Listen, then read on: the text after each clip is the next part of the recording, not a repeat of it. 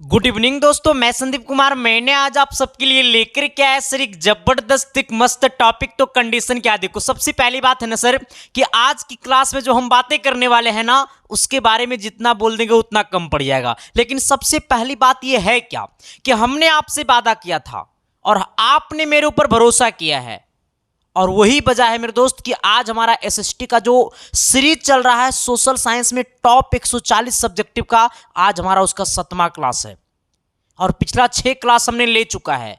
क्योंकि हमने आपसे वादा किया है कि जिस प्रकार से हमने पिछले बार पूरा का पूरा क्वेश्चन हमने लड़ाया है ना, ठीक उसी प्रकार इस बार भी पूरा का पूरा परचम लहरेगा, तभी तो हम सबका मिशन होगा अब की बार 475 प्लस, यानी कहने का सेंस है 95% प्लस।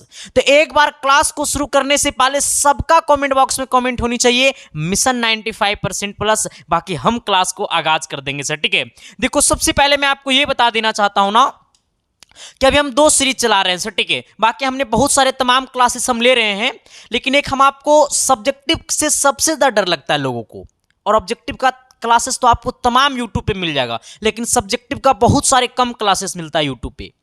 और वही कारण मेरे दोस्त कि हमने आपके लिए साइंस में टॉप 150 सब्जेक्टिव करवा रहे हैं जिसका नाम है टॉपर सीरीज, और सोशल साइंस में हम टॉप 140 लघु प्लस दीर्घ उत्तरीय क्वेश्चन करवा रहे हैं, और इतना से बाहर नहीं आएगा सर। ठीक है, आप मात्र 3 से 4 क्लास करो। ठीक है, और 5वां क्लास करने से पहले अपने दिल से पूछना कि सच में जो संदीप मास्टर पढ़ाता है वो एग्जाम पूछता है या नहीं पूछता है, और जाकर के इतिहास देख लेना मेरे दोस्त मेरा रिजल्ट का। ठीक है, आइएगा सर, सबसे पहले क्लास को शुरू कर देते हैं। आज कहता है ना मेरे दोस्त, आज की क्लास का पहला क्वेश्चन क्या कहता है, देखो सबसे पहले मैं आपको यह बता देना चाहता हूं कि हम आपको टोटल, ठीक है, हम आपको टोटल 50 क्वेश्चन करवा चुके हैं सर। ठीक है, हमने क्या कहा कि हम आपको टोटल 50 क्वेश्चन करवा चुके हैं। ठीक है, पिछले कितना क्लासों में, 6 क्लासों में। ठीक है, और हमें करवाना है टोटल कितना, 140 क्वेश्चन हमें टोटल करवाना है, यानी कहने का सेंस है कि अभी हमको 90 क्वेश्चन और करवाना है। ठीक है, तो अगर इसका पिछला 6 क्लास अगर आप नहीं देखे हैं तो इस वीडियो के डिस्क्रिप्शन में उसका लिंक होगा।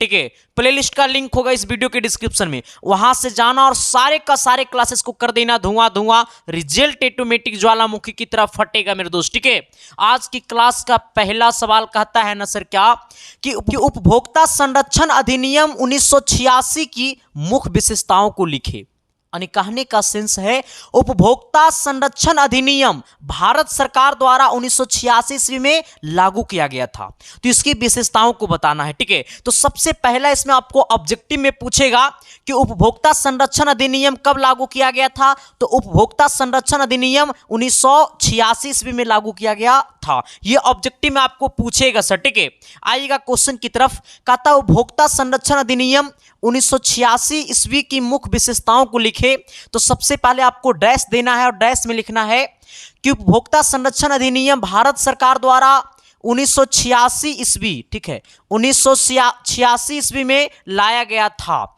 इस अधिनियम के अंतर्गत उपभोक्ता के अधिकार एवं हितों का संरक्षण किया जाता है, यानी कहने का सेंस है कि हमें उपभोक्ता संरक्षण अधिनियम जो है ना वो आपको 1986 ईस्वी में लाया गया था। लेकिन भारत सरकार ने उपभोक्ता संरक्षण अधिनियम क्यों लागू किया गया था, इससे हम सभी को क्या फायदा था, उपभोक्ताओं को क्या फायदा था। उपभोक्ता संरक्षण अधिनियम, संरक्षण का मतलब क्या होता है, बचाव। किसका बचाव, तो उपभोक्ता का बचाव।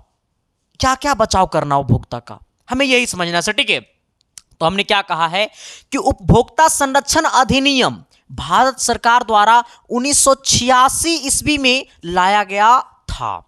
तो उपभोक्ता संरक्षण अधिनियम कब लाया गया था, तो भारत सरकार द्वारा 1986 ईस्वी में लाया गया था। अच्छा, उपभोक्ता का मतलब क्या होता है सर, उपभोक्ता सॉरी संरक्षण का मतलब क्या होता है, तो संरक्षण का बचाव। किसका बचाव, तो उपभोक्ता का बचाव। ठीक है, फिर क्या कहता है सर कि हमें बोला कि इसकी विशेषताओं को लिखे, तो कहता है क्या कि इस अधिनियम के अंतर्गत उपभोक्ताओं को निम्न अधिकार दिया गया है।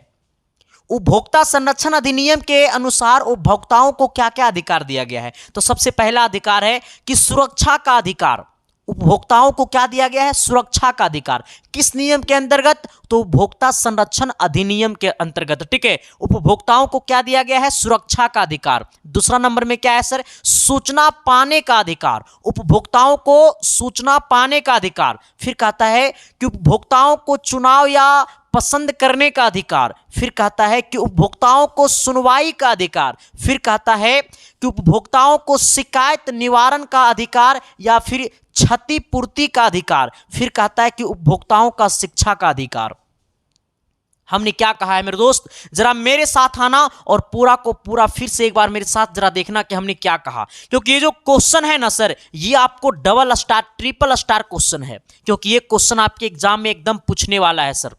ठीक है, तो एक चीजों को हम एकदम पूरा डीपली तरीका से नहीं कर पाएंगे, क्योंकि सर हमें एग्जाम देखना है सर, हमें नंबर ऑफ क्वेश्चन दिखाना है आपको, हमें क्वेश्चन की क्वालिटी बताना है सर, हमें क्वेश्चन को समझाना है मेरे दोस्त। ठीक है, पूरा डीपली तरीका से तो हम घुस नहीं सकते हैं, क्योंकि हम पूरा पढ़ा नहीं रहे हैं। ठीक है, हमने क्या कहा है?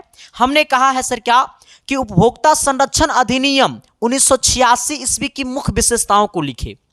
यानी भारत सरकार द्वारा उपभोक्ता संरक्षण अधिनियम जो लागू किया गया था 1986 ईस्वी में, इसमें उपभोक्ताओं की क्या क्या विशेषताएं मिली, इसमें उपभोक्ताओं को क्या क्या फायदा मिला। ठीक है, तो सबसे पहले डैश देना है आपको और नीचे में लिखना है कि उपभोक्ता संरक्षण अधिनियम भारत सरकार द्वारा 1986 ईस्वी, ठीक है, ईस्वी में लाया गया था। इस अधिनियम के अंतर्गत उपभोक्ता के अधिकार, उपभोक्ता का जो अधिकार होता है वो अधिकार मिला, साथ ही उसके हितों का संरक्षण किया जाता है इस नियम के अंतर्गत। ठीक है, यहां तक किसी को दिक्कत नहीं ना है। अब कहता है इसी का पैराग्राफ चेंज करके लिखना है, मतलब जहां पे ये खत्म हुआ ना, इसका जस्ट नीचे वाला लाइन में आके लिखना है कि इस अधिनियम के अंतर्गत। ऐसा मत कि हम दूसरा पेन से लिखें कलर से तो तुम भी कलर चेंज कर देना, नहीं सर, ब्लैक से ही या फिर ब्लू से ही लिखना। ठीक है, एग्जाम सेंटर पे कहता है इस अधिनियम के अंतर्गत उपभोक्ताओं को निम्न अधिकार दिया गया है। मतलब इस अधिनियम के अंतर्गत, इस नियम के अंतर्गत, ये जो लागू किया गया है नियम, इस नियम के अंतर्गत उपभोक्ताओं को विशेष तरह का मतलब क्या अधिकार दिया गया है। ठीक है, पहला अधिकार क्या है? सूचना सुरक्षा का अधिकार। मतलब उपभोक्ताओं को सुरक्षा बहुत जरूरी था। ठीक है, इसलिए इससे क्या मिला है? सुरक्षा का अधिकार। फिर कहता है कि सूचना पाने का अधिकार, उपभोक्ताओं को सूचना पाने का अधिकार। फिर कहता है चुनाव या पसंद करने का अधिकार। फिर कहता है सुनवाई का अधिकार उपभोक्ताओं को। फिर कहता है कि उपभोक्ता का शिकायत निवारण का अधिकार या फिर क्षतिपूर्ति का अधिकार। फिर कहता है कि उपभोक्ता शिक्षा का अधिकार। ठीक है, यहां तक किसी को दिक्कत? तो क्या मैंने जो बोला वो चमका न जी? अरे एस या नो तो बोलो न जी। तो क्वेश्चन नंबर 52 की तरफ तो आओ न जी। अच्छा, कहता है ना कि आय और आय का गरीबी के साथ क्या संबंध है? आय का मतलब होता क्या है सर? तो आय का मतलब होता है इनकम। हम जो कमाए ना जी, वही क्या कहलाया? आय कहलाया। सपोजिट मानो कि सर हम प्रति महीना आपको 1 लाख कमाते हैं, मान लो ना, हालांकि 1 लाख तो कमा पाते नहीं है सर। ठीक है, मान लो कि 1 लाख प्रति मंथ हम नहीं कमाते हैं, आप कमाते हैं, नहीं हमारा दोस्त कमाता है। ठीक है, मान लो, क्योंकि हम बोलेंगे तो तू लोग लगेगा रे मास्टरवा सच्चे में कमाता है इतना, हमरा से पैसा से इतना कमाता मास्टरवा। ठीक है सर, हाँ, हमने क्या बोला है? सपोजिट मान लो कि हमने 1 लाख रुपया प्रति कमा रहे हैं, तो ये हमारी क्या है? आय है। तो जिस इंसान की आय जितना कम होगा उसकी गरीबी उतना ही ज्यादा होगी। अल्लाह अल्लाह, ए भाई रे भाई सुनो ना, लो लो लो लो, हमने क्या बोला है? जिस इंसान का आय जितना कम होगा उस इंसान का गरीबी उतना ही ज्यादा होगा। हमने क्या बोला है कि जिस इंसान का आय जितना कम होगा उस इंसान की गरीबी उतना ही ज्यादा होगा। सपोज डेट मानो मेरे दोस्त कि हम कमाते हैं 10 रुपया प्रति दिन, तो हमारा गरीबी रहेगा या नहीं रहेगा? रहेगा ना। तो हमने क्या बोला है कि आय में कमी तो गरीबी में वृद्धि। पैसा जितना कम कमाएंगे गरीबी उतना ज्यादा होगा हमारे अंदर। ठीक है, हमने यही बात को थोड़ा सा एसएसटी की भाषा में बताते हैं। ठीक है, एसएसटी की भाषा क्या बताता है कि आय और गरीबी के बीच सीधा संबंध है। आय मतलब इनकम, आय और गरीबी के बीच क्या है? सीधा संबंध है। ठीक है, जितना कम आय होगी लोगों में उतना ही अधिक गरीबी होगी। हमने क्या बोला है सर? जिस इंसान का जितना कम आय होगा उस इंसान के उतना ही गरीब होगा। हमने यही बोला कि लोगों में जितना आय की कमी होगी उतना ही ज्यादा क्या होगा? गरीबी होगा सर। आज भी मजदूर लोगों का क्या है? कम पैसा मिलता है, इसलिए बेचारा मजदूर गरीब है। किसान को आज भी कम मेहनत के अनुसार कम पैसा मिलता है, इसलिए किसान लोग क्या है, गरीब हैं। ठीक है, तो हमने क्या बोला सर, जरा एकदम रियलिटी समझना, अपने दिल से समझना। एसएसटी कोई चीज नहीं है मेरे दोस्त, एसएसटी कोई पार्ट नहीं मेरे दोस्त। एसएसटी जो हमारी लाइफ में जो बीतती है ना, उसी को हम लोग क्या कहते हैं, एसएसटी कहते हैं। जो हमारे लाइफ में हम लोग के साथ जो घटना घटती है, जो अंग्रेजों ने हम लोग से किया है, वो सब चीजों का विवरण है, ताकि आज के लोग भी अपनी सभ्यता को भूल नहीं पाए, अपनी संस्कृति को भूल नहीं पाए, ताकि उनको फील हो कि हमारे पूर्वजों ने हमारी आजादी के लिए क्या नहीं किया। वही सब एसएसटी है। ठीक है, ऐसा नहीं कि आसमान से कौआ गिरा पूरे भारत को अंग्रेज को खत्म कर दिया, ये एसएसटी नहीं है मेरे दोस्त। ठीक है, हाँ समझना पड़ेगा, कभी कभी मैं ज़्यादा बोल देता हूँ, माफ कर देना। ठीक है, ऐसा मत नाराज हो जाना हमसे। हमने क्या कहा सर कि आय का गरीबी के साथ संबंध स्थापित करे। मतलब आय का गरीबी के साथ क्या संबंध है, तो कहता है ना मेरे दोस्त क्या कि आय और गरीबी के बीच सीधा संबंध है कि जितना कम आय होगी लोगों में उतना ही अधिक गरीबी होगी। हमने क्या कहा कि आय और गरीबी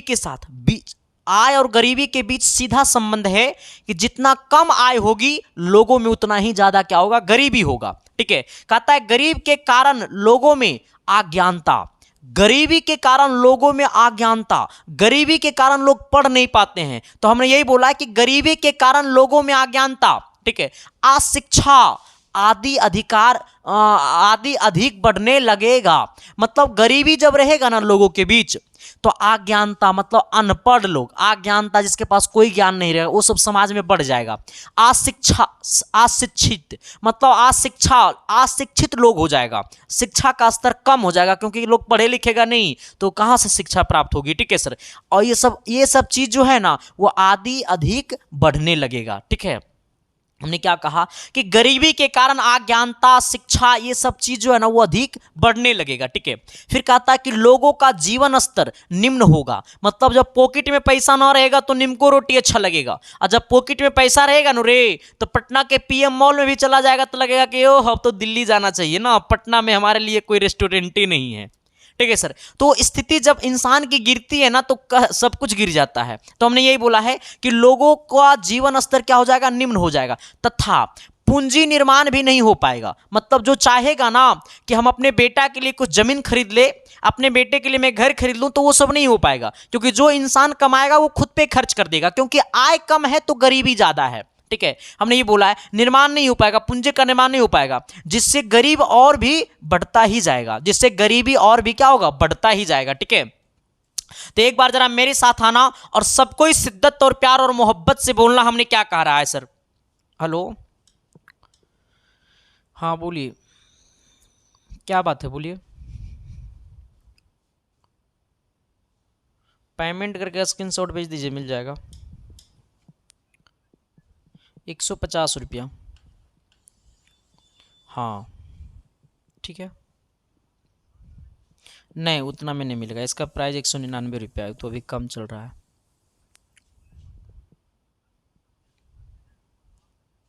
हाँ ऑल सब्जेक्ट मिल जाएगा, हाँ पूरा वही सब रहेगा। ठीक, हाँ हमने क्या कहा सर, हमने कहा ना कि आय का गरीबी के साथ संबंध ज्ञात कीजिए। तो कहता है क्या कि आय और गरीबी के बीच सीधा संबंध है कि जितना कम आय होगी लोगों में उतना ही अधिक गरीबी होगी, और गरीबी के कारण लोगों में अज्ञानता, अशिक्षा आदि अधिक बढ़ने लगेगा, और लोगों का जीवन स्तर निम्न होगा तथा पूंजी निर्माण भी नहीं हो पाएगा, जिससे गरीबी और भी बढ़ता जाएगा। यहां तक किसी को दिक्कत है, परेशानी है, तकलीफ है, कष्ट है, तो आ जाना क्वेश्चन नंबर अगला की तरफ। अगला सवाल क्या कहता है सर कि सागर सम्राट क्या है।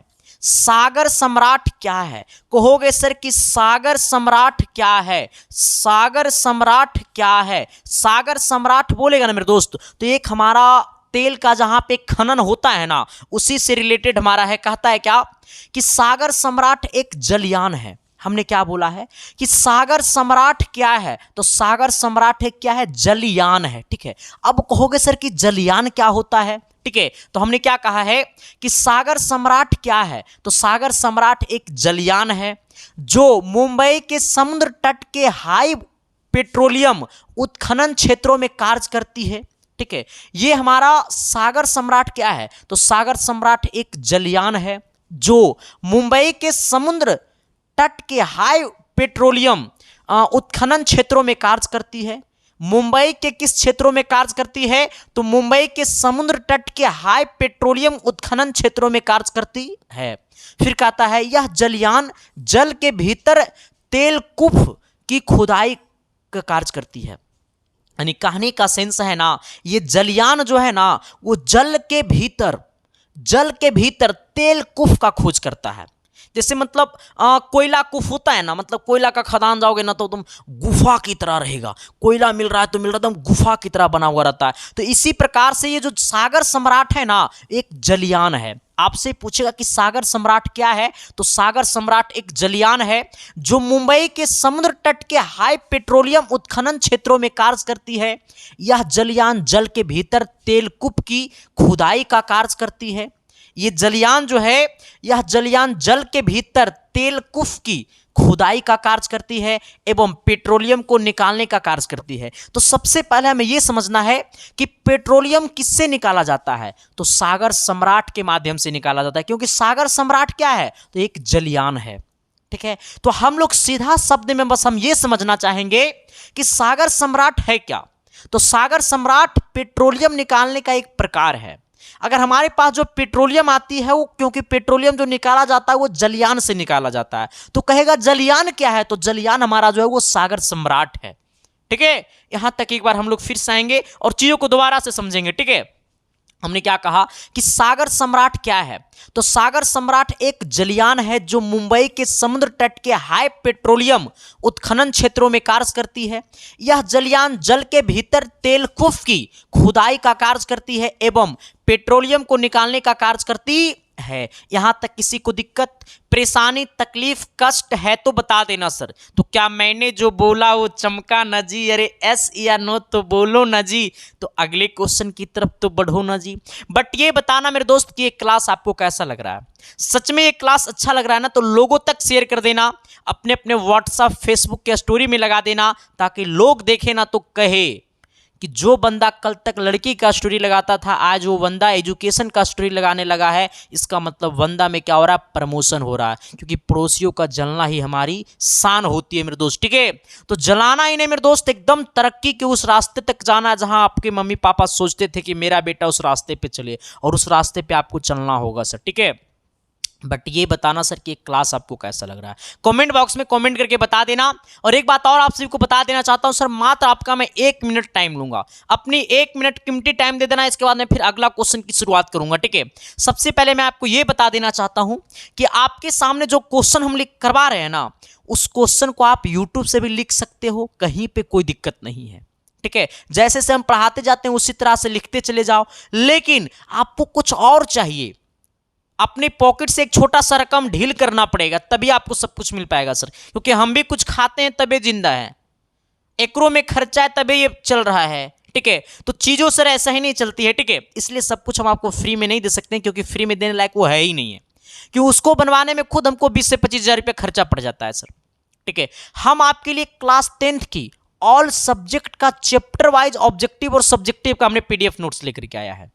सिर्फ मैथ और नन हिंदी वाले के लिए नहीं है सर, माफ कीजिएगा आप दोनों, क्योंकि मैथ मैं खुद यूट्यूब पे इतना हैवी से पढ़ा रहा हूं कि उसका बातें अलग है, और मैथ रटने वाली चीजें नहीं है, इसलिए हमने उसका PDF नोट्स नहीं दे रहा हूं। ठीक है, और नन हिंदी के मेरे पास कोई अच्छे टीचर नहीं थे, इसलिए मैंने उसका PDF नोट्स नहीं दे रहा है। ठीक है, बट SST का आपको पूरा मिलेगा, साइंस का आपको पूरा मिलेगा, हिंदी बुक प्लस ग्रामर मिलेगा, संस्कृत बुक प्लस ग्रामर मिलेगा, इंग्लिश बुक प्लस ग्रामर मिलेगा, और जो हम आपको सोशल साइंस में 140 सब्जेक्टिव करवा रहे हैं उसका PDF, और साइंस में 150 सब्जेक्टिव जो करवा रहे हैं उसका PDF, वो तमाम PDF नोट्स आपको मिलता है कहां पे? उम्मीद व्हाट्सएप ग्रुप में।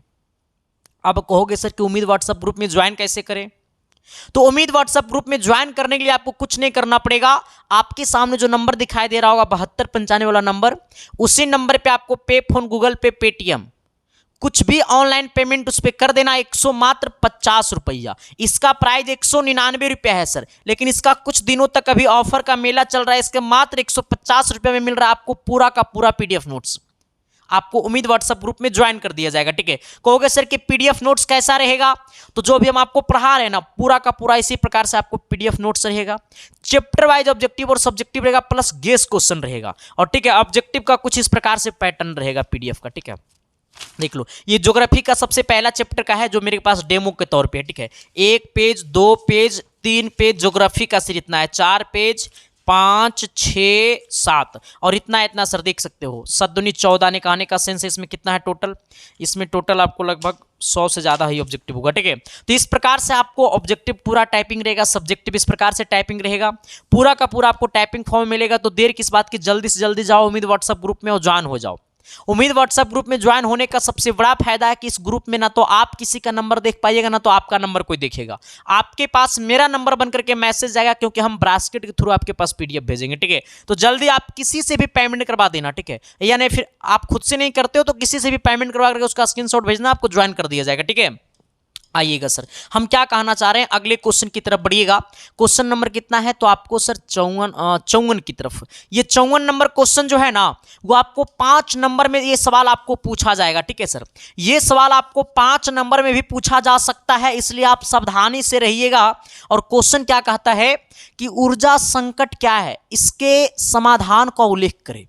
सबसे पहले तो आपको यह बताना है कि ऊर्जा संकट है क्या, इसके बाद ऊर्जा संकट की बचाव कैसे किया जा सकता है, ऊर्जा संकट का समाधान कैसे किया जा सकता है, आपको वो भी बताना है। तो इसमें 2 क्वेश्चन है, इसलिए ये सवाल आपको ज्यादातर के लघुत्तरीय में नहीं दीर्घोत्तरीय में पूछेगा। ठीक है, हमने क्या कहा सर, हमने कहा है ना कि ऊर्जा संकट क्या है और इसके समाधान का उल्लेख करें। तो सबसे पहले आपको यह समझना कि ऊर्जा संकट होता क्या है। तो कहता है कि ऊर्जा के परंपरागत स्रोत पेट्रोलियम, कोयला इत्यादि है। ठीक है, अच्छा अब समझना कि ऊर्जा का सबसे परंपरागत स्रोत क्या है। ऊर्जा का सबसे परंपरागत स्रोत क्या है, तो आपको ऊर्जा का सबसे परंपरागत स्रोत है पेट्रोलियम और कोयला। ठीक है, तो ऊर्जा का परंपरागत स्रोत पेट्रोलियम और कोयला इत्यादि, इसका भंडारण पृथ्वी के नीचे सीमित है। मतलब पेट्रोलियम और कोयला का जो भंडार है ना वो पृथ्वी के जो नीचे है वो क्या है, सीमित है, और धीरे धीरे ये क्या हो जाएगी, खत्म हो जाएगी। ठीक है, तो कहता है क्या इसका भंडारण सीमित है, यह इस युग में इसकी खपत बहुत तेजी से हो रही है। मतलब अभी के युग में पेट्रोलियम कोयला का जो खपत है ना वो बहुत तेजी से हो रही है, और अनुमान लगाया जा रहा है कि कुछ ही समय बाद इसका भंडारण समाप्त हो जाएगा, यही ऊर्जा संकट है। कि तुझे न देखूं अपने दिल से, तेरे बिना सांसें रुक जाती है। हमने क्या कहा सर कि ऊर्जा संकट क्या है, ऊर्जा संकट वो है जो पेट्रोलियम और कोयला का जो भंडारण है ना वो धीरे धीरे समाप्त होता जा रहा है, क्योंकि पेट्रोलियम और कोयला का जो उपयोग है इस युग में बहुत ज्यादा है, और ऊर्जा का सबसे बड़ा संकट क्या है, यही है। तो एक बार जरा मेरे साथ दोबारा पढ़िएगा, हमने क्या कहा, ऊर्जा संकट क्या है। तो कहता है ऊर्जा के परंपरागत स्रोत पेट्रोलियम कोयला इत्यादि है। ठीक है, इसका भंडारण पृथ्वी के नीचे सीमित है, इसका जो भंडारण है वो पृथ्वी के नीचे क्या है, सीमित है।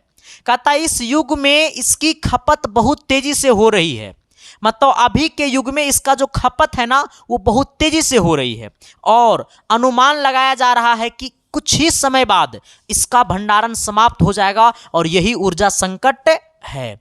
हमने ऊर्जा संकट तक यहां तक का हमने परिभाषा लिख दिया है। अगर आपसे पूछेगा कि ऊर्जा संकट क्या है, अगर लघु उत्तरीय में पूछेगा कि ऊर्जा संकट क्या है, तो सिर्फ और सिर्फ यहां से यहां तक लिखना है। लेकिन हमसे पूछा है ऊर्जा संकट का समाधान को भी उल्लेख करना है, तो क्या कहता है इसका समाधान क्या होगा। अब आपको समाधान लिख करके डैश देना है। ठीक है, और नीचे आना है सर। इसका पहला समाधान क्या है, इसका पहला समाधान कहता है क्या कि पवन ऊर्जा, जल ऊर्जा और सौर ऊर्जा से कुछ हद तक यह समस्या हल हो सकती है। अच्छा, किससे किससे यह समस्या हल हो सकती है, तो पवन ऊर्जा, जल ऊर्जा और सौर ऊर्जा से कुछ हद तक यह समस्या क्या हो सकती है, हल हो सकती है। ठीक है, अब फिर आइएगा 2 नंबर में। कहता है नाभिकीय ऊर्जा एक क्या है, वैकल्पिक स्रोत है। नाभिकीय ऊर्जा जो वो हमारा क्या है, एक वैकल्पिक स्रोत है। ठीक है, फिर कहता है 3 नंबर में क्या कि ऊर्जा की क्षमता को कायम रखने के लिए ऊर्जा स्रोत का रख रखाव में सावधानी बरतनी चाहिए। हमें बोला है कि ऊर्जा की क्षमता को कायम रखने के लिए, मतलब ऊर्जा की क्षमता को बरकरार रखने के लिए, ठीक है, ऊर्जा स्रोत का रख रखाव में सावधानी बरतनी चाहिए, मतलब सही तरीका से इसका रख रखाव करना चाहिए। ठीक है, फिर कहता है चौथा नंबर में क्या कि जीवाश्मी ईंधन का उपयोग सावधानी पूर्वक करना चाहिए, मतलब जीवाश्म ईंधन का जो उपयोग है ना वो क्या करनी चाहिए, सावधानी पूर्वक करनी चाहिए। एक बार जरा मेरे साथ आना और इसको दोबारा अच्छे से पढ़ लेना सर। ठीक है, हमने क्या कहा, हमने कहा है ना सर, हमने क्या कहा कि ऊर्जा संकट क्या है, ऊर्जा संकट क्या है, तो कहता है ऊर्जा का परंपरागत स्रोत पेट्रोलियम, कोयला इत्यादि है। ऊर्जा का परंपरागत स्रोत पेट्रोलियम, कोयला इत्यादि है। इसका भंडारण पृथ्वी के नीचे सीमित है, मतलब इसका जो भंडारण है ना वो पृथ्वी के कहाँ सीमित है, तो नीचे सीमित है। कहता है क्या कि इस युग में इसका खपत बहुत तेजी से हो रही है, मतलब अभी के युग में इसका खपत जो क्या हो रहा है, बहुत तेजी से हो रही है। फिर कहता और अनुमान लगाया जा रहा है कि कुछ ही समय बाद भंडारण समाप्त हो जाएगा और यही ऊर्जा क्या है, संकट है। ठीक है, अब इसका समाधान को बताना है। फिर कहता है इसका समाधान में क्या मेरे दोस्त, तो इसका समाधान कहता है ना कि ऊर्जा, पवन ऊर्जा, जल ऊर्जा और सौर ऊर्जा से कुछ हद तक यह समस्या हल हो सकती है। फिर कहता है कि नाभिकीय ऊर्जा एक वैकल्पिक स्रोत है। फिर कहता है कि ऊर्जा की क्षमता को कायम रखने के लिए ऊर्जा स्रोत का रखरखाव में सावधानी बरतनी चाहिए। फिर कहता है कि जीवाश्मीय ईंधन का उपयोग सावधानी पूर्वक करनी चाहिए। यहाँ तक किसी को दिक्कत, परेशानी, तकलीफ है तो बता देना सर। अब आते हैं क्वेश्चन नंबर 55 की तरफ। ये 55 नंबर क्या कहता है कि अक्टूबर की क्रांति क्या है, जरा सा हंसकर बोलो ना मुझे भी प्यार हो जाए। हमने क्या कहा सर, हमें बोला है ना कि अक्टूबर की क्रांति क्या है, तो कहता है कि यह क्रांति 7 नवंबर 1917 ईस्वी को रूस में हुआ था। ठीक है, अक्टूबर क्रांति क्या है, तो अक्टूबर क्रांति जो है ना सर वो 7 नवंबर 1917 ईस्वी को हुआ था। तो ये आपको ऑब्जेक्टिव में पूछेगा कि अक्टूबर क्रांति कब हुआ था, तो अक्टूबर क्रांति 7 नवंबर 1917 ईस्वी को हुआ था। ठीक है, तो आप लोग इसको याद कर लीजिएगा कि अक्टूबर क्रांति कब हुआ था, तो 7 नवंबर 1917 ईस्वी को हुआ था। ठीक है, कहता है कि अक्टूबर की क्रांति क्या है, तो कहता है यह क्रांति 7 नवंबर 1917 ईस्वी को रूस में हुआ था। इस क्रांति को बोल्शेविकों ने किया था। किसने किया था, बोल्शेविकों ने किया था। ठीक है, फिर कहता है कि उस दिन बोल्शेविकों ने पेट्रोग्राम के रेलवे स्टेशन, उस टाइम में, अच्छा अब समझना कि अक्टूबर की क्रांति किया था किसने, तो बोल्शेविकों ने किया था। ठीक है, और बोल्शेविकों ने उस टाइम क्या किया था कि उस दिन बोल्शेविकों ने पेट्रोग्राम का रेलवे स्टेशन, बैंक, डाकघर तथा सभी सरकारी भवनों पर अपना अधिकार जमा लिया था। और यह क्रांति अक्टूबर के महीने में हुआ था, इसीलिए इस क्रांति को इसीलिए इसे अक्टूबर की क्रांति से जाने जाते हैं। और फिर इसी के डैश में लिख लेना कि पुराने रूसी कैलेंडर के अनुसार 25 नवंबर 1917 ईस्वी में हुआ था। अब देखो मेरी बात को समझना, अगर आपसे पूछेगा ना कि पुराने रूसी कैलेंडर के अनुसार अक्टूबर क्रांति कब हुआ था, अगर आपसे पूछेगा कि पुराने रूसी कैलेंडर के अनुसार अक्टूबर क्रांति कब हुआ था, तो पुराने रूसी कैलेंडर के अनुसार अक्टूबर क्रांति 25 अक्टूबर 1917 ईस्वी को हुआ था। ठीक है, और ऐसे यह 7 नवंबर 1917 ईस्वी को हुआ था। ठीक है सर, आप कहोगे सर आप तो बता रहे हो कि अक्टूबर क्रांति 7 नवंबर 1917 ईस्वी को हुआ था, और यहाँ पे कह रहे हैं कि पुराने रूसी कैलेंडर के अनुसार, ये जो हमारा है ना ये रूसी कैलेंडर के अनुसार है। ठीक है, इस बात को नोट कर लेना। हमने क्या बोला कि अक्टूबर की क्रांति क्या है, कहता है यह क्रांति 7 नवंबर 1917 ईस्वी को रूस में हुआ था। इस क्रांति को बोल्शेविकों ने किया था। उस दिन बोल्शेविकों ने पेट्रोग्राम के रेलवे स्टेशन, बैंक, डाकघर तथा सभी सरकारी भवनों पर अपना अधिकार जमा लिया था। यह क्रांति अक्टूबर के महीने में हुआ था, इसलिए इसे अक्टूबर की क्रांति से जानते हैं। यहां तक किसी को दिक्कत, फिर इसका नोट में कर देना कि पुराने रूसी कैलेंडर के अनुसार 25 अक्टूबर 1917 ईस्वी को हुआ था। तो आपसे पूछेगा कि पुराने कैलेंडर के अनुसार अक्टूबर क्रांति कब हुआ था। पुराने कैलेंडर के अनुसार अक्टूबर क्रांति 25 अक्टूबर 1917 ईस्वी को हुआ था। ठीक है, 56 नंबर क्वेश्चन की तरफ आइएगा। 56 नंबर क्वेश्चन कहता है ना जी, कहता है क्या कि बिहार में वैश्वीकरण का नकारात्मक प्रभाव को लिखे। बिहार में वैश्वीकरण का नकारात्मक प्रभाव को लिखे। सबसे पहले आपको यह समझना है कि बिहार में वैश्वीकरण का नकारात्मक प्रभाव क्या है, हमको उसी को लिखना है। कहता है बिहार में वैश्वीकरण का नकारात्मक प्रभाव क्या है, निम्नलिखित है। पहला, रोजगार पर विपरीत प्रभाव। हमें बोला है कि बिहार में वैश्वीकरण का नकारात्मक प्रभाव का लिखे। बिहार में वैश्वीकरण का नकारात्मक प्रभाव को लिखे तो सबसे पहला प्रभाव क्या है सर, एक सेकेंड।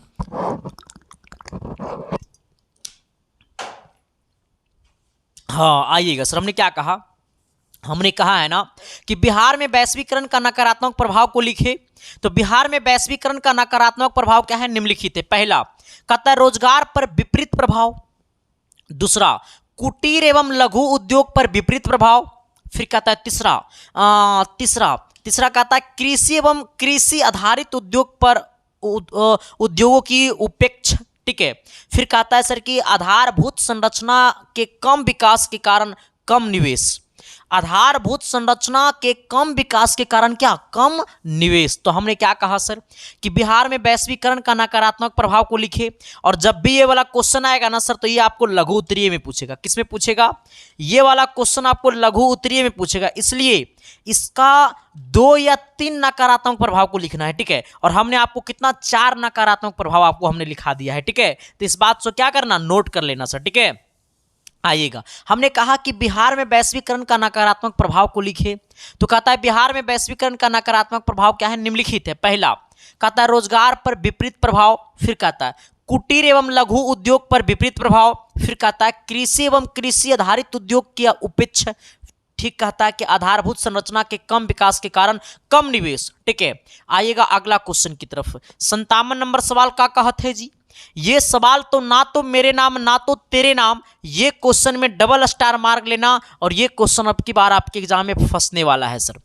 कहोगे ए मास्टर तोरा कैसे पता, मैं आपके लिए जो सवाल लाता हूं ना मेरे दोस्त, और इस सवाल को देखने के बाद जो मेरे अंदर कॉन्फिडेंस आता है ना मेरे दोस्त, ये ऐसा ही नहीं आता है। इसके लिए ना मेरे दोस्त मैं कई रातें जग जाता हूं पूरे का पूरे क्वेश्चन बैंक को देखने में और पूरे का पूरे मॉडल पेपर को देखने में, क्योंकि मैंने पिछले 5 साल ही नहीं, लगभग 8 साल का मॉडल पेपर, पिछला मॉडल पेपर मैं रखा हूं और पूरा का पूरा मैं क्वेश्चन बैंक देखता हूं। इसके बाद खुद में अनुभव हो जाता है कि इस बार कौन क्वेश्चन पूछने वाला है, तब मेरे अंदर एक कॉन्फिडेंस जगता है सर। क्योंकि बिना मेहनत का मेरे दोस्त सफलता नहीं मिलती है। और ये सफलता की क्या बात है मेरे दोस्त, बिना मेहनत का इस युग में कुछ भी संभव नहीं है।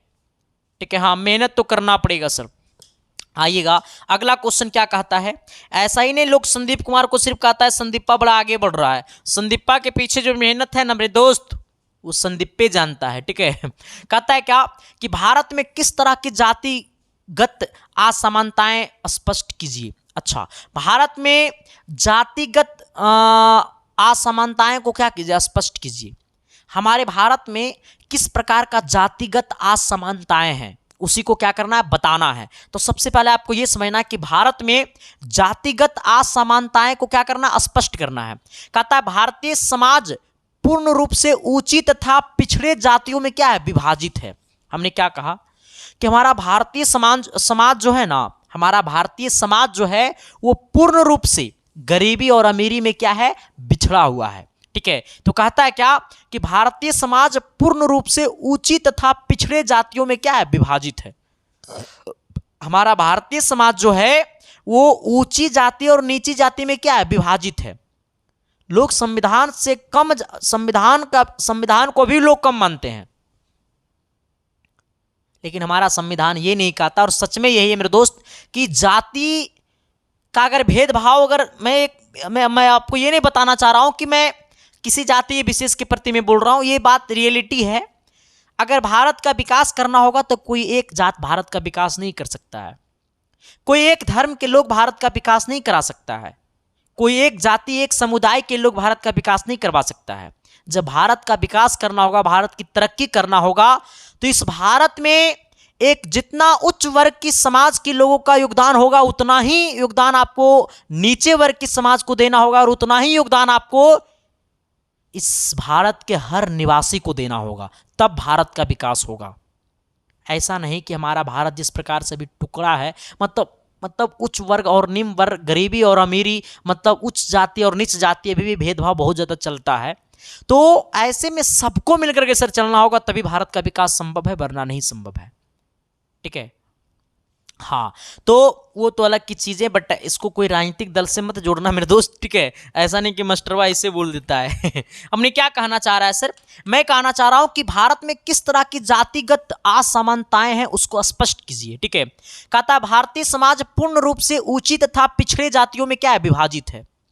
भारतीय समाज पूर्ण रूप से ऊंची तथा पिछड़े जातियों में क्या है? विभाजित है, विभाजित हो गए हैं। ठीक है, राजनीतिक में सत्ता आज भी ऊंचे जातियों के हाथों में है।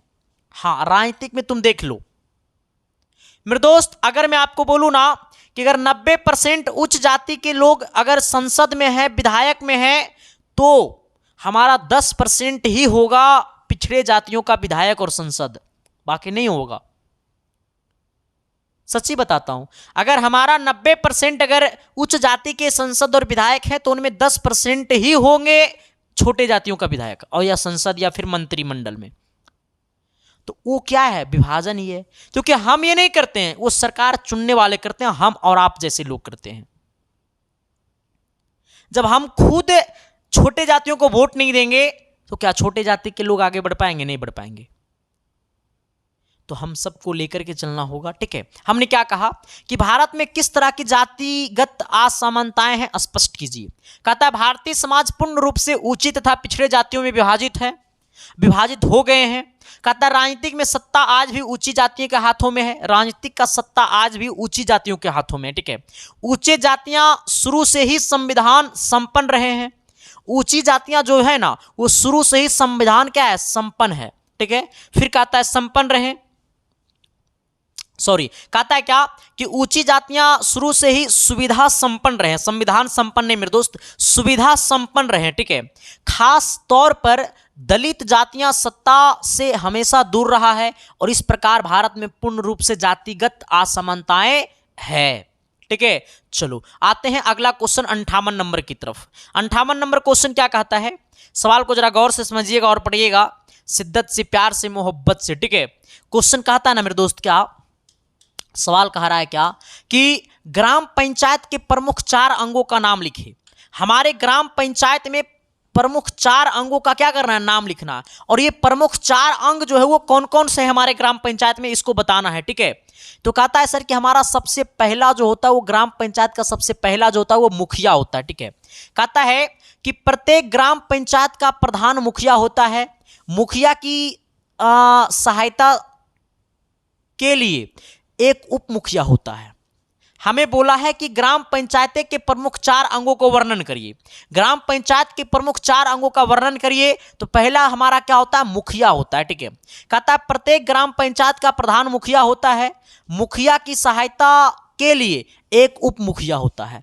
प्रत्येक गांव में, पंचायत में एक मुखिया होता है, और मुखिया तो जनता चुनती है। ठीक है, और फिर एक उप मुखिया होता है। उप मुखिया को वार्ड परिषद चुनता है। ठीक है, कौन वार्ड परिषद? हे, पटना नगर निगम वाला वार्ड परिषद नहीं। ठीक है, जो गांव में वार्ड से खड़ा होता है ना। फिर होता है ग्राम सभा। दूसरा क्या है? ग्राम सभा। पंचायत के क्षेत्रों के अंदर जिस स्त्री या पुरुष की आयु 18 वर्ष से अधिक है, इसके सदस्य हो सकते हैं। एक होता है ग्राम सभा। ग्राम सभा का सदस्य कोई भी हो सकता है, बट उनका उम्र 18 साल से ज़्यादा होनी चाहिए। ठीक है, आइएगा अगला क्वेश्चन अगला क्या है? 3 नंबर में ग्राम रक्षा दल। ग्राम रक्षा दल क्या होता है?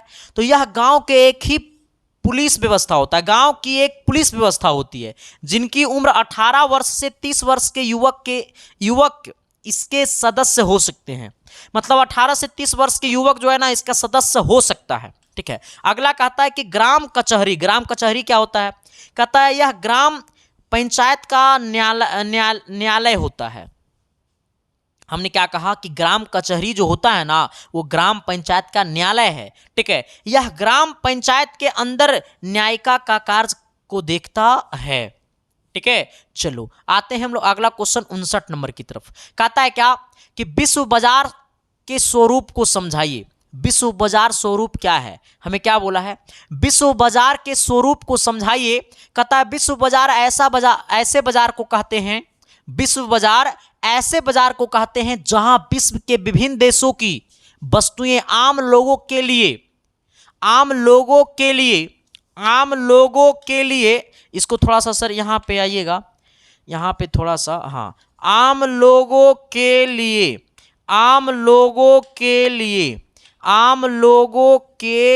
ठीक है। हाँ, हमने क्या कहा, हमने कहा है ना सर कि विश्व बाजार के स्वरूप को समझाइए। तो कहता है विश्व बाजार ऐसे बाजार को कहते हैं जहां विश्व के विभिन्न देशों की वस्तुएं आम लोगों के लिए उपलब्ध हो। विश्व बाजार ऐसे बाजार को कहते हैं जहां विश्व के विभिन्न देशों की वस्तुएं आम लोगों के लिए उपलब्ध हो। जैसे भारत की वित्तीय राजधानी मुंबई आदि वैश्वीकरण के कारण ही आज विश्व बाजार का स्वरूप देखने को मिलता है मुंबई में। ठीक है, अगला क्वेश्चन की तरफ आइएगा। कहता है बिहार में हुए छात्र आंदोलन के प्रमुख 4 कारणों को लिखे। हमारे बिहार में एक हुआ था छात्र आंदोलन। बिहार में हमारा छात्र आंदोलन हुआ था 1974 ईस्वी में।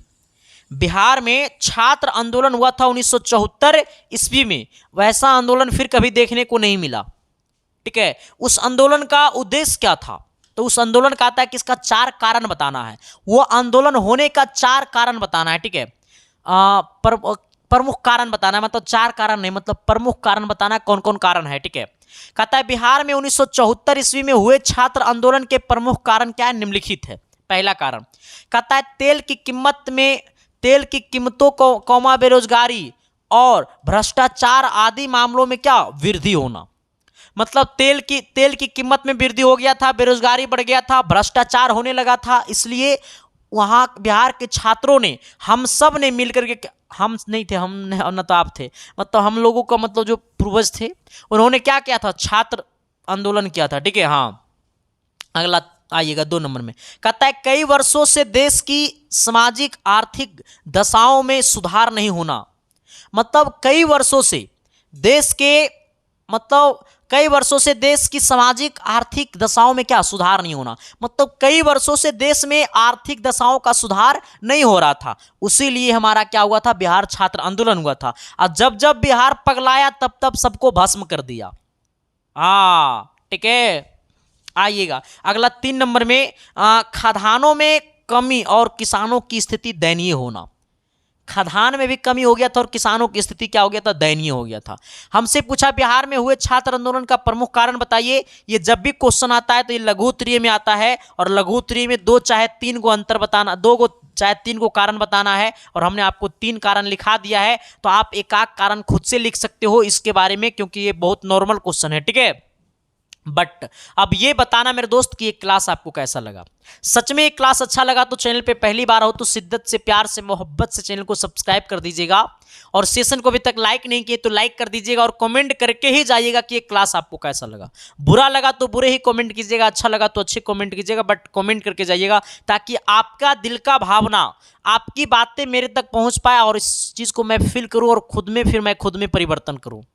ठीक है, हाँ, बाकी थैंक यू, लव यू, देखते रहिएगा SK साइंस क्लासेस। ठीक है, बाकी मिलते हैं आप सब बीच हम अगली क्लासेस में, तब तक के लिए bye, thank you, love you.